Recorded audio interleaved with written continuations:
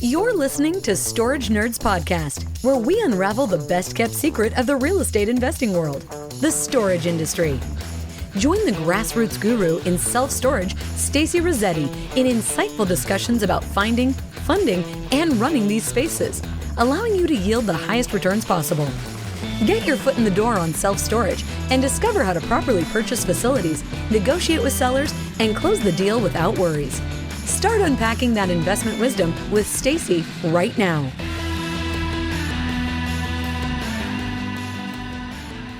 Okay, all right. Well, let's get started. Oh, Kevin's here. Hi, Kevin. How are you? Hey, very good, very good. It's good to hear. Okay, good. Well, thank you very much for hopping on. Let me just get started. Let me get started because I know my internet we're in the middle of like a storm right now. So I'm hoping that my internet will make it. So just hang on. I apologize if I get dropped or anything like that. Okay, so I just want to do a quick update on the fund and get everybody here, just a synopsis of what it is. So I appreciate you guys coming and hanging out with me today. My name is Stacy Rossetti, and I have been investing in real estate for over 10 years now and in storage facilities for 5 years. And we own 11 storage facilities all throughout Georgia and Florida, and I'll get into that in just a minute.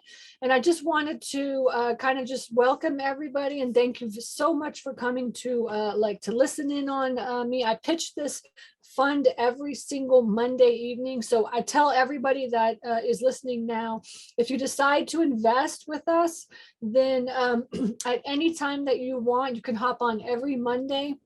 And I'm going to give an update of like what's going on with the fund too. So you can think of this as like, yes, I'm pitching to like find more money, but at the same time, I will be going over like all the deals and all the different types of deals that we're looking at.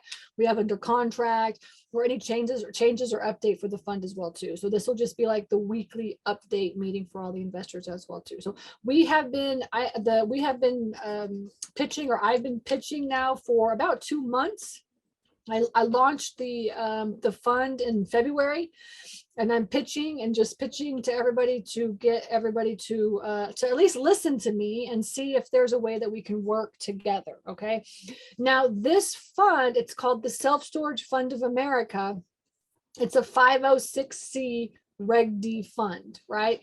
And the reason I started this fund was because essentially over the last 5 years, we've bought 11 storage facilities, and we've been buying properties that are about $1 million or less. So really in the self-storage investing world, properties that are $1 million or less are really like mom and pop facilities that are like, smaller facilities, typically 100 units or less. If they're income producing properties, they're 100 units or less. If they're mismanaged properties, they could be way more than that. But typically they're smaller facilities. And what we want to do is move up to like the next level. And the next level is typically like $1 million to $3 million properties.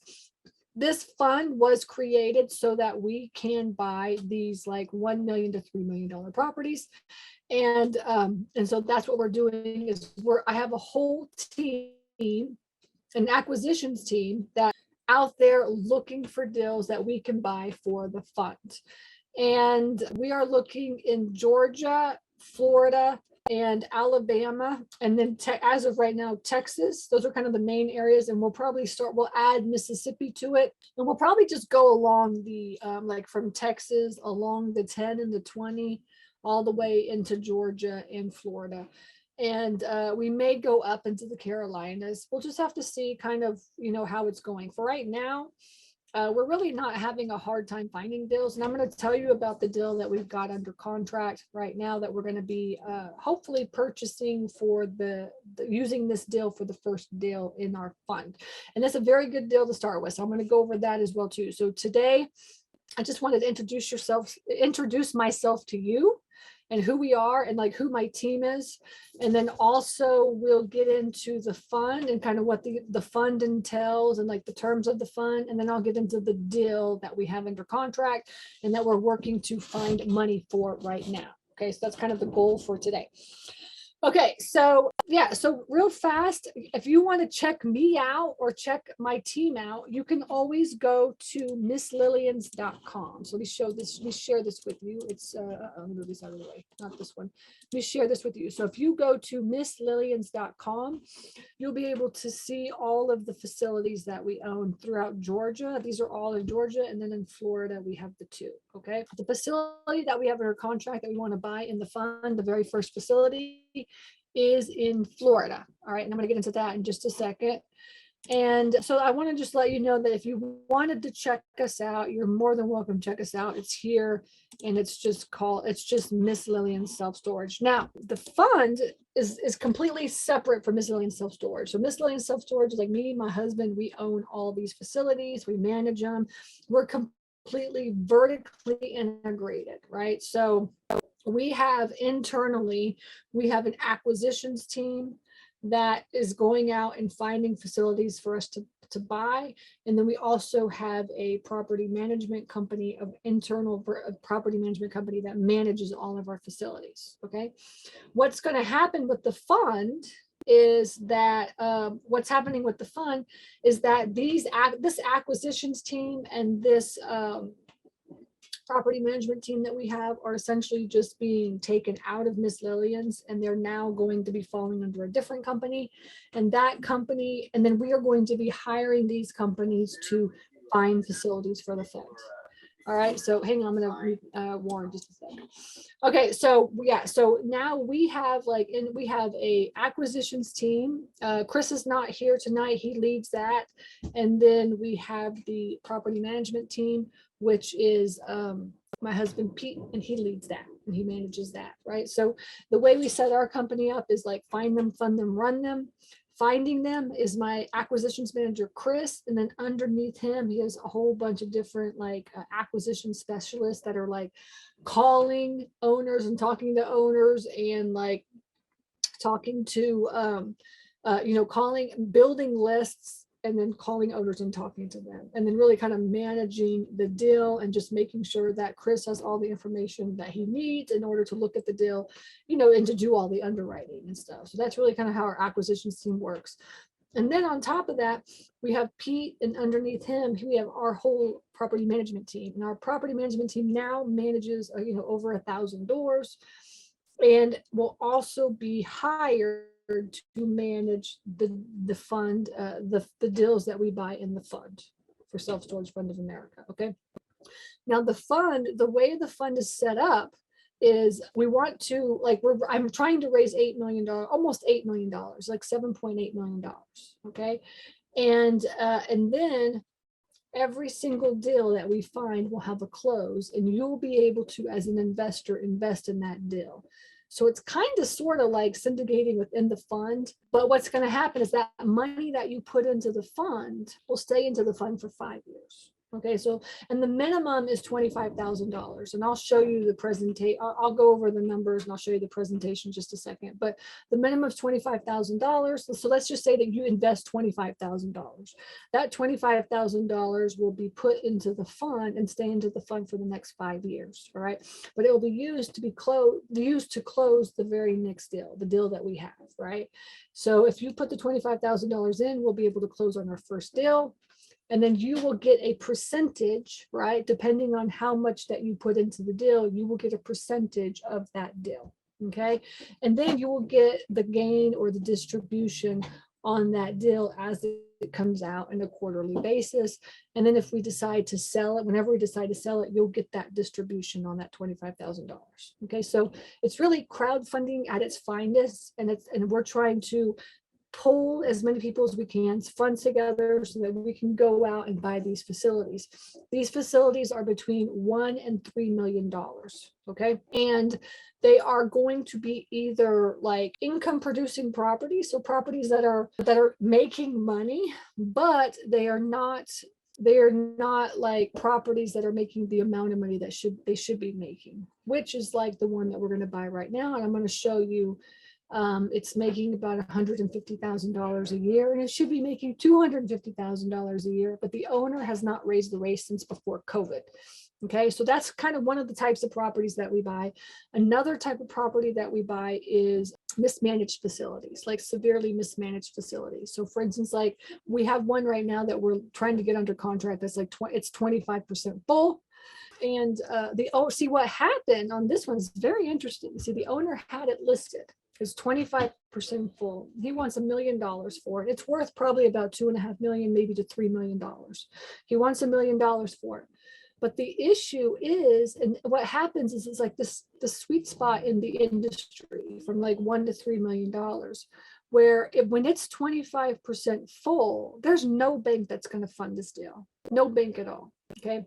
And in fact, the buyers, like the amount of buyers, like in an income producing property, you know, that is making money and it's just like, it's awesome. It's got a great cap rate. It's doing great. Like your buyer pool is like this big, right?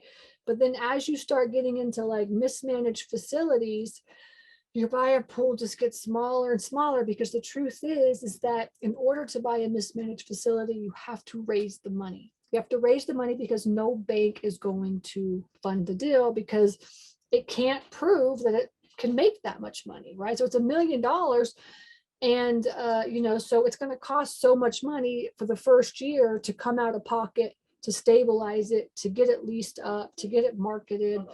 And it's really, really hard to do that, honestly. I mean, that's why it's like this $1 to $3 million property is like very special type of property in the industry, in the real estate investing world, in the commercial world. And so, yeah, so this is what we buy. Now we have only, up until now, we've bought like properties exactly like this. In fact, every property that we've ever bought, all 11 of them are exactly like this type of property. They're always severely mismanaged facilities. And we can like 2 to 3x those properties within like 2 years. But we've only ever focused on $1 million or less because we've been raising the money. When we raise the money, you raise so much money and then you can fund the deal, right? Now we have to raise a lot of money, right? We have to raise like a couple $1 million. And so it's kind of a whole different world out there when you want to raise like $2, $3, $4 million instead of like, you know, $500,000 to $1 million. It's just a whole different world. And so we started this fund to be able to put ourselves in front of people like you, people that are interested in passive income, and people that are interested in self-storage and investing in self-storage, but just, you know, just not 100% sure how it works. And we're really kind of like, we're the get your foot in the door type of people on the self-storage side. And, you know, we'll be here for these types of people on the fund side. And we've been buying mismanaged properties now for 5 years. We know how to stabilize properties. I'm telling you, this is the one thing that we know how to do, is to buy severely mismanaged facilities, or facilities where you just rip the Band-Aid, you increase the rates, you get the bad tenants out, you get the thing cleaned up, stabilized. It takes work to do this. It takes a lot of work to do this. And it's way more difficult to do something like this than to just buy a mismanaged property and then start making money and cash flow immediately, right? It's not as hard as building. So building storage facilities is also very difficult and a long process, and just takes a lot of time. And I tell my students all the time, like, you have to have a really strong gut to be able to build. It's the same thing with mismanaged facilities. You have a very strong gut, but the profit and the money that you can make on the back end is just so good. And that's why we typically have always just leaned towards mismanaged facilities. I was a rehabber before I got into self-storage. And I rehabbed like horrible looking homes. And so like once I left that world and got into self-storage, and I would see like a horrible, like you see this picture back here of me behind me. This is one of the facilities that we owned. And this facility that we own behind us, it's about 125 units. It's got a lot of parking. The owner like took it to the dumping ground. In fact, when we bought this facility, there was over 3,000 tires on this property. Can you imagine 3,000 tires? And what I did was and that was really honestly the worst part of the whole thing. And what I did is I called EPA and I told EPA, I was like, look, I think there's like a hazard here. Like there's a lot of tires. Like y'all need to come out because this has become a dumping ground over the past 20 years. Like people just were dumping stuff everywhere. I said, it's really a hazard here. And so EPA came out and looked at it. And they were like, oh my gosh, we have to get rid of all these tires. So it took like from the year that, like from the time that we bought it until the time that until the time the EPA came out and like took all the tires, it took almost 2 years. But they got rid of all the tires, every tire for free. Can you imagine? And they cleaned the property up and everything. And so that was like one of the things that we did. That's really like to help stabilize the property. And then another thing we did on this one is we repaved the whole driveway and stuff here, because this property here, we do park like a lot of cars and trucks and things like that. And so over the course of the owner had owned it for 40 years and never repaved. And so we came in and repaved the whole thing. And it didn't really cost us that much money. I think it cost us like 50, 60 grand to do that. And it's like a 3-acre lot, and it's a huge lot. And we repaved it and we put lighting up. There was no lighting anywhere. So the tenants would complain, like, it's like super dark at night, and so we put lighting up. And so the lighting does cost more for us per month, but we put like really nice lights up. We put a nice gate system in and really kind of cleaned the whole place up, really is what we did. And we stabilized it. And that thing, we bought it for 250 grand. It's worth like $1.5 million right now. Okay.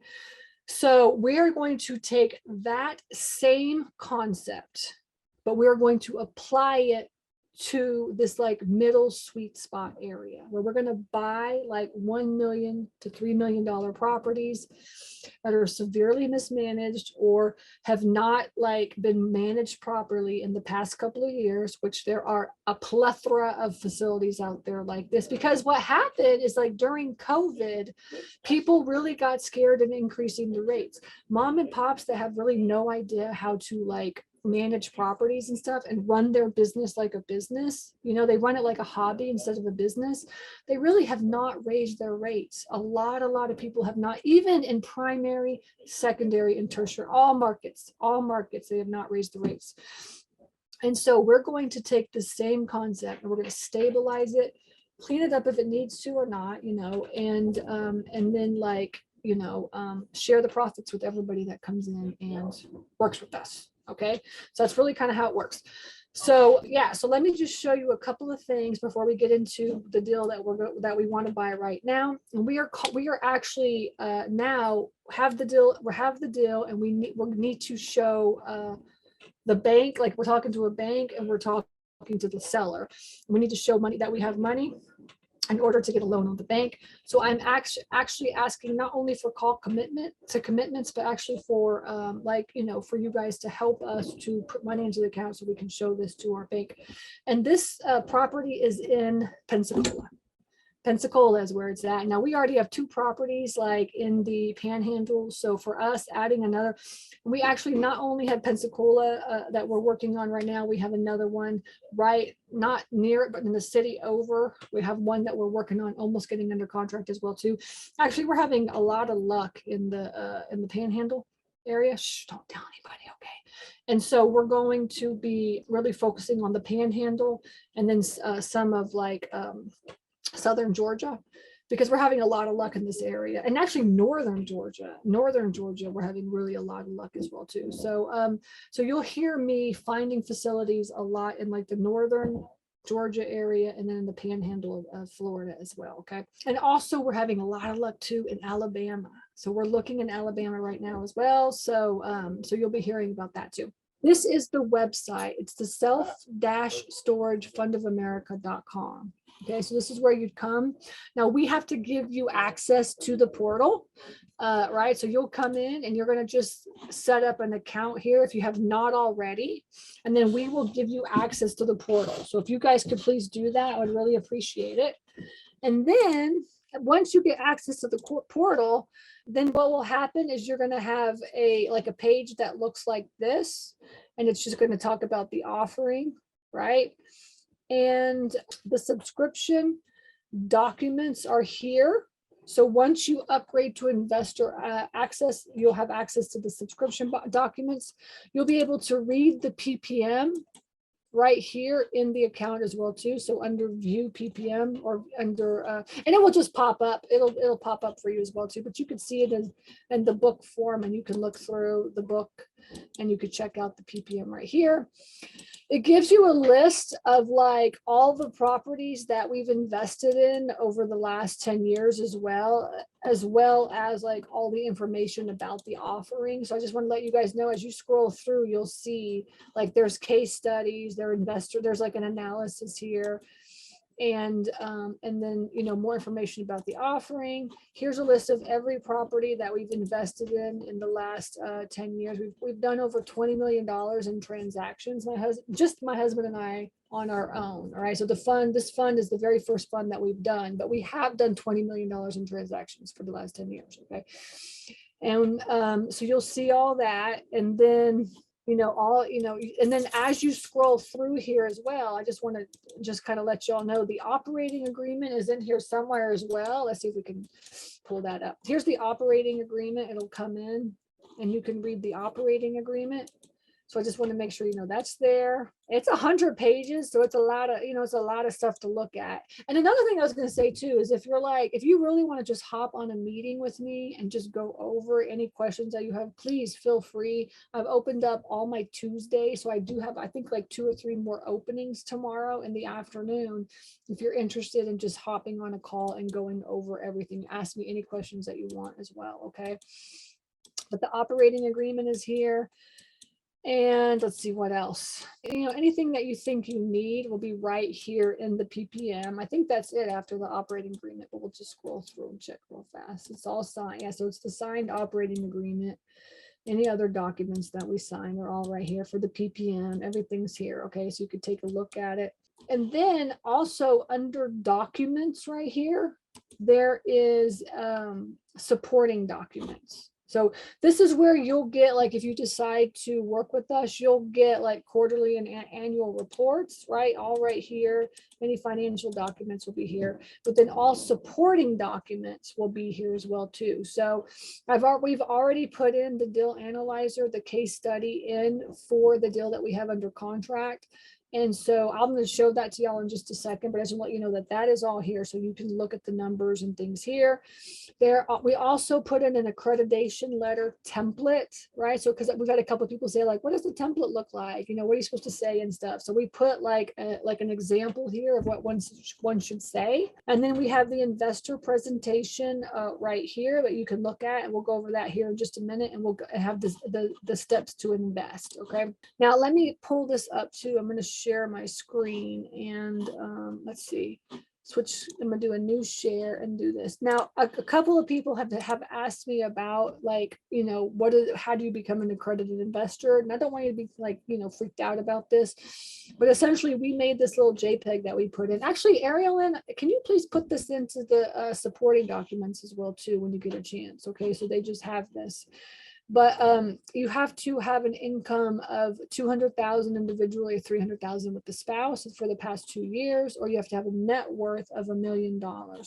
You can show proof of this by either getting a broker-dealer letter, an attorney letter, CPA letter, or going to verifyinvestor.com.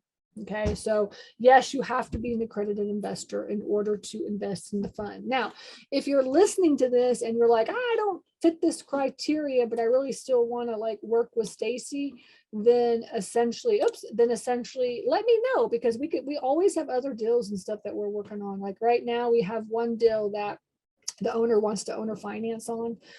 So, we always can find other ways to like do deals and stuff. Okay. But for the fund, you have to be accredited. You have to be an accredited investor, or you have to be, yeah. Okay. Now, this is really how the steps are going to look after you decide to invest. First, you sign up for the presentation. You did that already. You're going to get access to the portal. right? Wait for the approval from the email. We'll get this approved. You're going to be able to check out the PPM, the SEC filing, anything that you want to see will all be right here.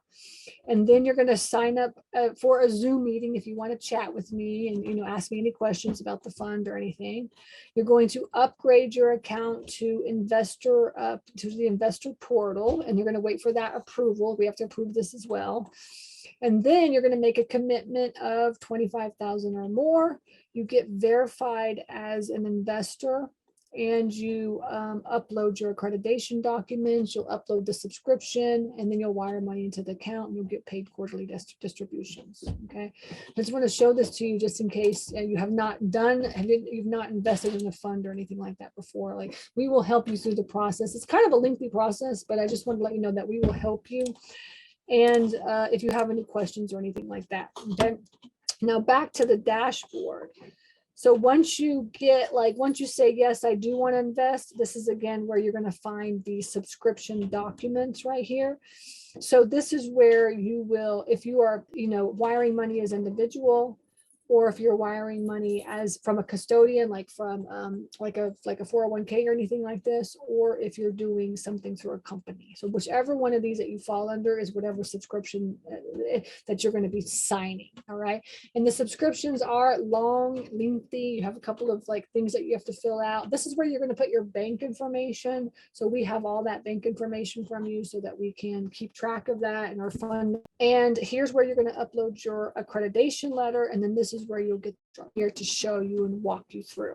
And then finally, I wanted to open up. I've kind of went over this already. This is what we're looking for. This is the type of business that we are. So you can read through this when you actually look at the deck. This is what we're going to be talking about in the presentation. And I kind of talked about this for a little bit already, but we own 11 storage facilities that we've bought in the last 4 years. So we really do have experience running and managing storage facilities. On top of that, we've also done we've owned rental properties, commercial property, and single family homes. And we've bought about $20 million worth of real estate in the last 10 years. Our target is mom and pop shops. I'm going to get into the storage one that we have under contract and just give you a history on the kind of that. And you can also look at misslillians.com and see the types of stuff that we buy. Just imagine that, but a little bit bigger, really, And then we are focusing on typically the Southeast, but we are open to Texas as well too. Now we are raising $7.875 million with an option to expand to $10 million if we wanted to. Our target IRR is 19%, and the hold time is 5 years with an option of 2 years to extend if we needed to, right? So for instance, let's just say that we found a facility that that is a great deal and we just wanted to hold on to it because we're making so much money, right? So we could extend it to 2 years if we wanted to. But in my mind, the way the fund is going to work is that we will probably buy them, stabilize them, and within a year and a half to 2.5 years, we'll just sell them. But like I said, hop onto the Monday calls and kind of just give your 2 cents as well. But this is it really depends on each deal, kind of what we're going to do. But we are running numbers. Our financial model is really based off of exiting the deal within 2 years or refining them out. Okay, when we in either one of those scenarios, if we sell the facility in a year and a half to 2 years, or if we refi it in 2 years, you would get a distribution based on how much money that you put in. Okay, you'll not only get the quarterly distributions from the income that the facility is making, you would get the distribution on how much money you would make based on the percentage that you put into the deal. So let's say you put $25,000 into a deal and the deal is $1.8 million, right? You would get that percentage is what you would get paid on a quarterly basis. Okay, now the facility that we have now under contract is it's an income producing property, which is awesome. And I think it's a great first deal for everybody to be investing in because it'll give you a taste of kind of how the fund works. But essentially, as soon as we buy that facility, you'll be able to make money. It might take us a quarter, or so to get stabilized and stuff, but immediately I would say within like the second quarter, you should be getting distributions from that facility, just because it is an income producing property and it's making $150,000 a year. So there would be like distribution. And it's supposed to be making $250,000 a year. So it'd be making even more after we, increase the rents.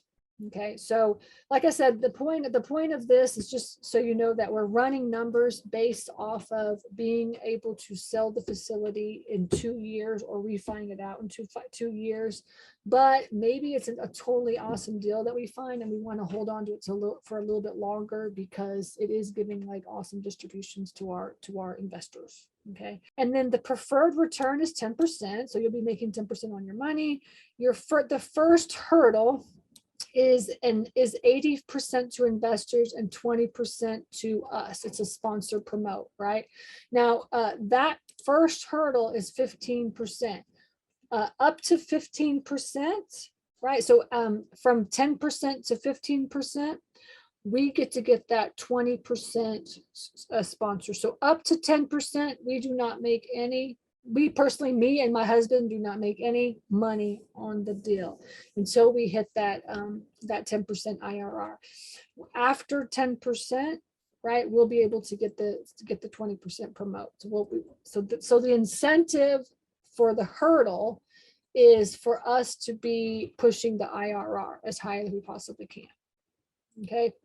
The second hurdle is it's a $75 split, 25% to us, and that's after we hit over 15%. So up to 15% is still the 20%, and once we go over 15%, then we get the 25% to us and 75% to you. Okay, it's quarterly distributions.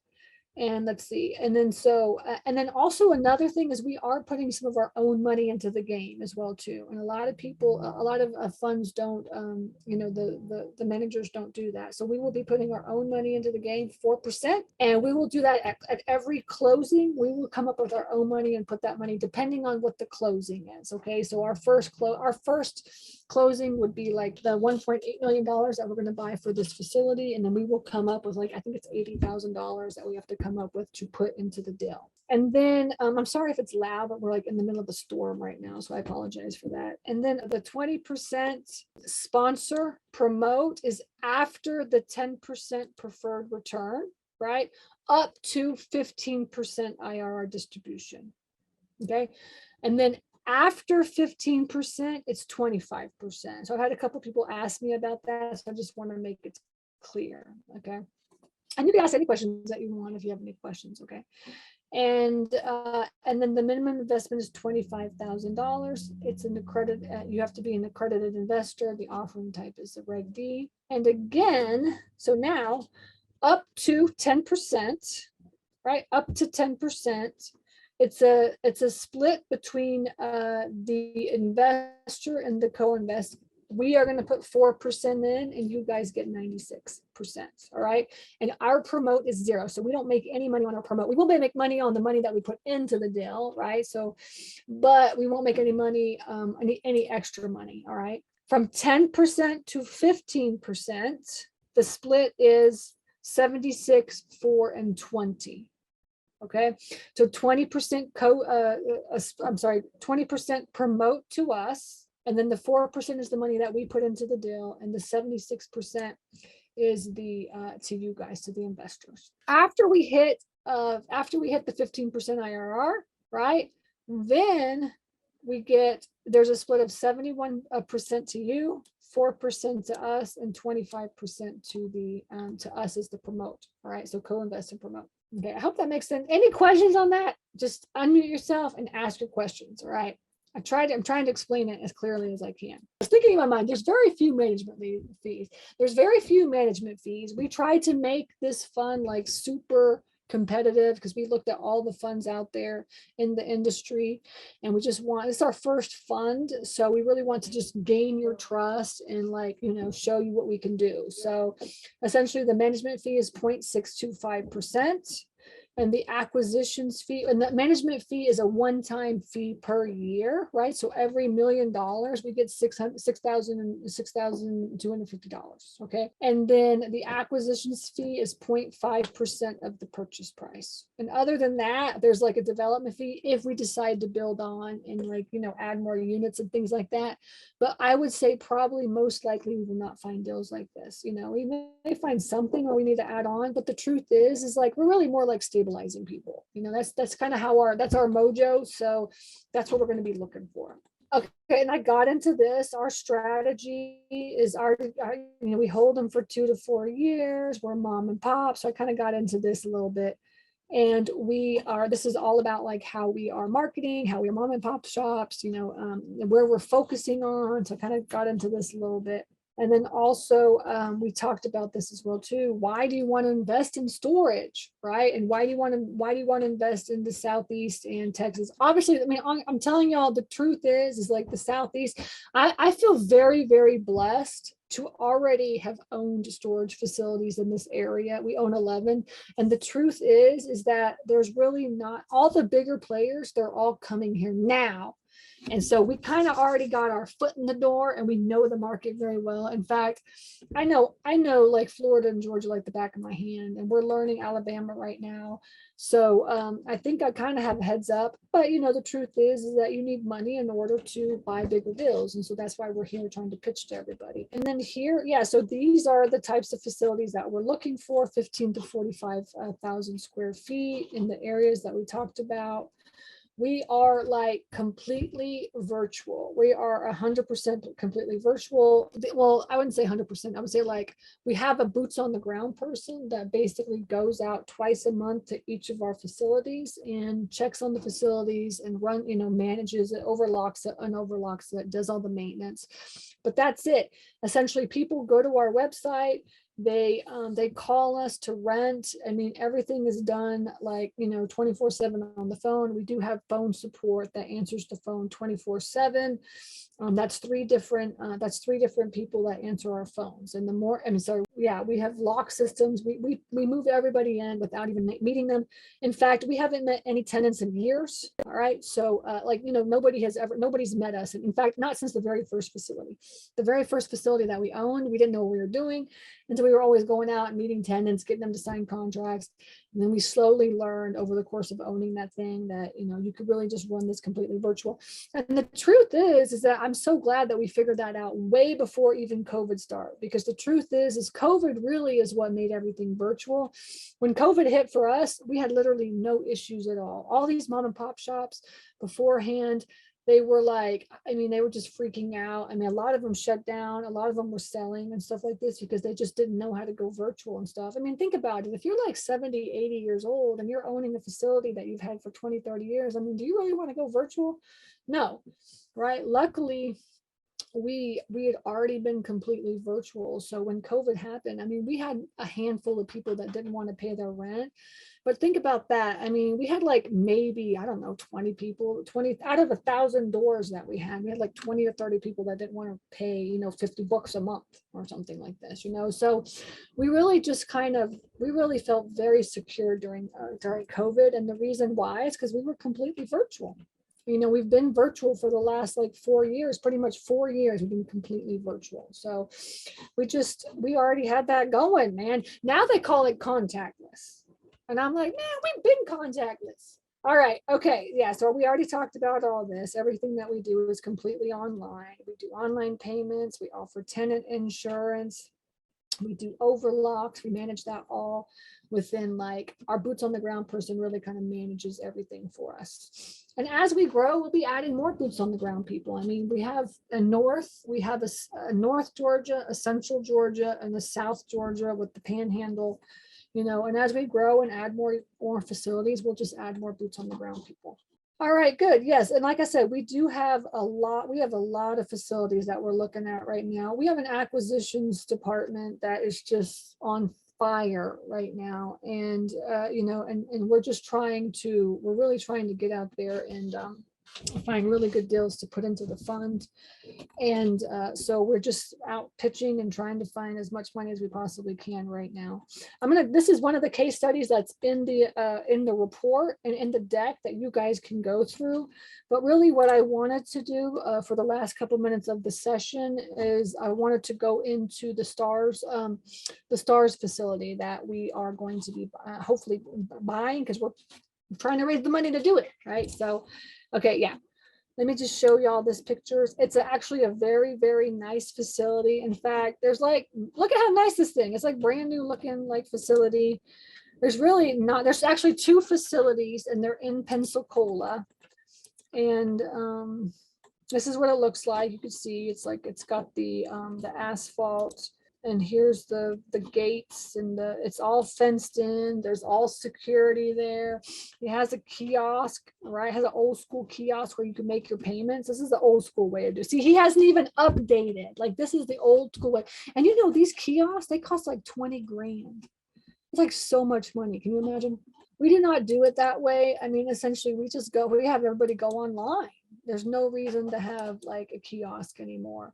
But this is the other facility. So one is like this reddish color and one of them is a blue. It's a one owner guy that's been owning them for, has owned them forever. He has not raised rates since before COVID. And he doesn't want to raise rates. He's too scared. So I wanted to show you all that. That's what it looks like. And then I'm going to show you, I'm going to bring in there. He's 100% full. I mean, we run the numbers at 92%. All right. And this is in the portal for anybody that wants to look at it. This is in the portal, but you can see, and I'll just give you kind of an idea of how we run the numbers. But so the property is $1.78 million. We ran the numbers based on getting a loan from a bank at 5% interest for 120 months, and that could change. We just ran the numbers because that's like typical loan right now in the commercial industry. We ran the numbers at a 6 cap because it is a primary market. It's in Pensacola. All right. So we ran the numbers at like a higher cap rate. It's making $160,000 a year. You can see it's 164 units for both of them. It's almost 20,000 square feet. We ran, he's 9% vacant, right? So he's not almost full, but he's pretty much full. And there's no CapEx at all needed for this deal, right? There's no CapEx. In fact, what we're going to do is we're going to just rip the Band-Aid. That's what I call it. Rip the Band-Aid and just increase the rates. All right. Now the property taxes are the property taxes are actually, I think they're a little bit less than 5,000. We ran them at 5,000. I think they're like maybe $3,000, and we ran them at $5,000. I'm not 100% sure what the property taxes are going to become when we buy the facility, but I think they're less now. We just increased them just to match the rate here. Utilities, he has electrical, a lot of electrical, a gate, so there's a higher utility rate. And also I'm pretty sure, I think there's climate control. We'll check here. I'm pretty sure it's climate controlled as well too. And then the insurance is $6,700. Okay, so the kicker for this is the competition. We looked at every single competitor in the industry. And what's really cool is I was talking to a guy who's a lender, and he was like, I was like, we're going to take out like the Cube Smarts and the Life Storage and Public Storages, and we're going to, just do apples to apples, to do the competition, apples to apples, like real mom and pops to real mom and pops. And he was like, oh, no. He's like, when you look at the competition, you have to look at the Cube Smarts and the Life Storage and the Public Storage, because they're the ones that are spending all money pushing, they're spending money running numbers to know what numbers you can push the market to. So you have to make sure that you keep all of those numbers into your underwriting, so that you know what all the competitors, mom and pops, because you could be looking at a mom and pop just like ours that hasn't raised rates in 3, 4, 5 years, and they're not charging what they should be charging. But the truth is like CubeSmart is charging what they should be charging, because they know how to push the market and be at what the market rate should be.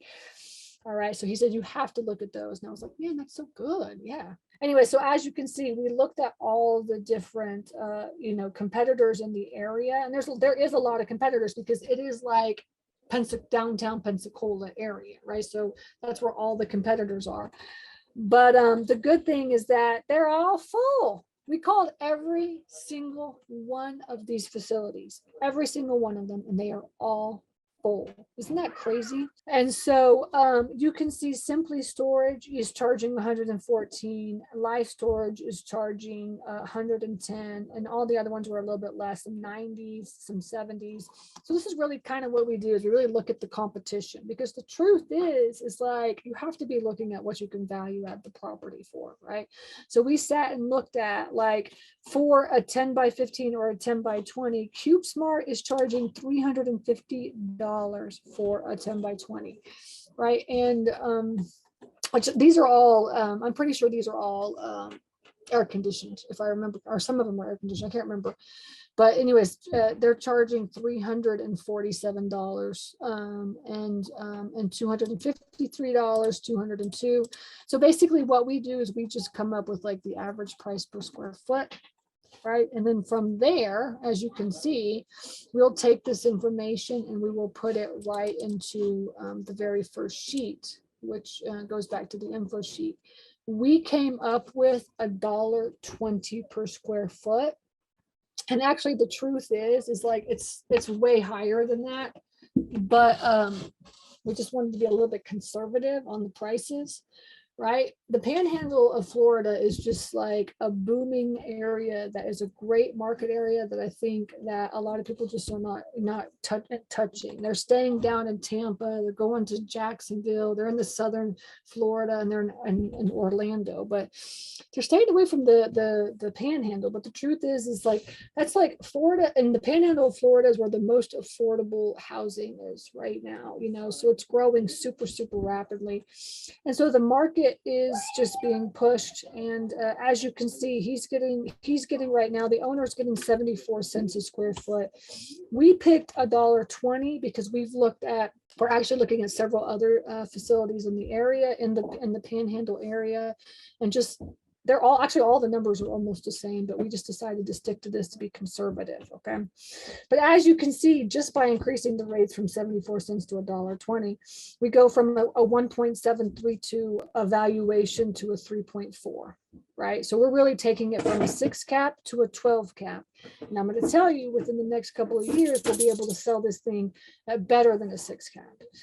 All right. And so that is what I call a facility that we just ripped the Band-Aid on. So obviously when we buy this facility, we'll be able to just stabilize it. And so like, yeah, if we raise the rents from like 74 cents to $1.20, of course, some people are going to leave, right? But the truth is like, we don't mind when people leave, because that means that as soon as they leave, we can just charge the price that we should be charging.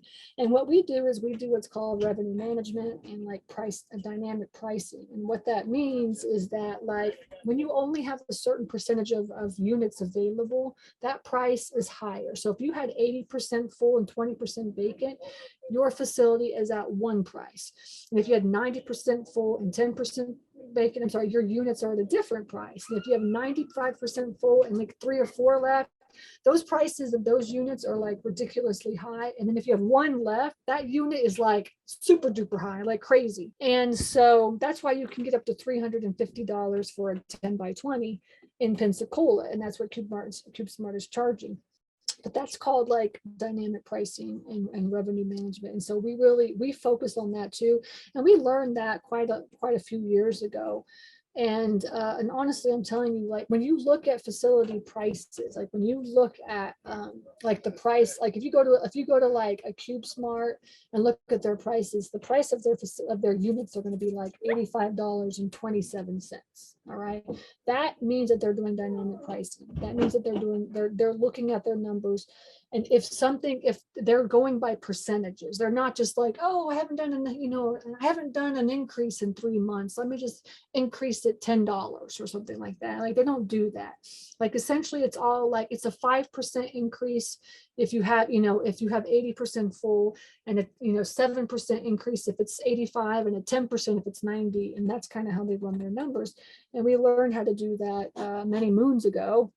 And we implement that into our facilities as well too. And so we'll be doing that with these as well. But essentially this one, like I said, and I don't think I showed y'all this. Let me just show you real fast. But yeah, so you can see here, it's they're making $160,000. If we can get it to the $1.20 mark, which I think we'll probably just rip the Band-Aid and just do, we'll be at $260,000 within like maybe the second or third, probably the third quarter of like when we own this thing. And then we'll take this thing, we'll really double, but like literally we're going to double the value of the property just by increasing it by almost like 50 cents. Okay. And that is like, for me, that is considered a mismanaged facility.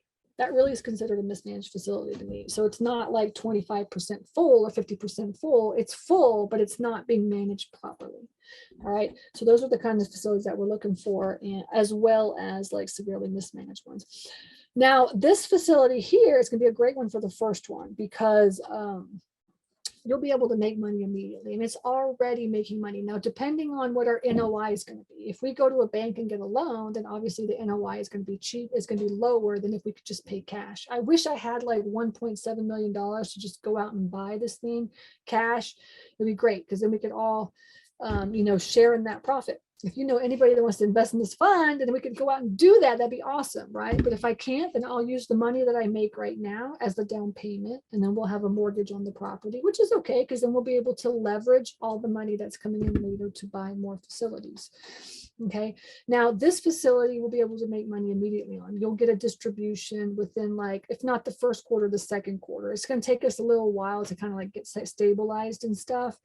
I'm investing with somebody, right? I'm investing right now, and like they bought it in November, and I'm getting my first distribution now, which I feel is kind of going to be the same thing for this one as well. But if we bought the one that we're going to buy in the North Georgia mountains, which is 25% full, that's going to take us a while to get filled up and to turn a profit. All right. So that one is going to take us like maybe 2-3 quarters in order to start making some money on it. So you wouldn't see a distribution immediately so fast. All right. Because like I said, that's a severely mismanaged facility, and it's going to take us time to stabilize that kind. Right. So like there's two different types of facilities that we buy. So I just want to make sure that's clear. And some of them you'll be able to make money immediately, and some of them it's going to make even more money, but it's just going to take a little bit more time to make that money. All right. So I think that's it on that. And like I said, everything is in the portal, the self-storage fund. So that sheet that you just saw, plus some other information on the facility, and then all the supporting documents that you need in order to make a decision are all in the portal. So you just have to sign up and become an investor. If you want to set an appointment with me, you can email questions at stacyrossetti.com or questions at self-storagefundofamerica.com. And then let us know, and we can send you the link to my calendar, and then you could talk to me and you could ask me questions and things like that as well too. Okay, good. Any questions? I know I kind of went over a lot, but I feel like I went over a lot of stuff today. So do you have any questions, any thoughts, anything you want to bring up? You just unmute yourself.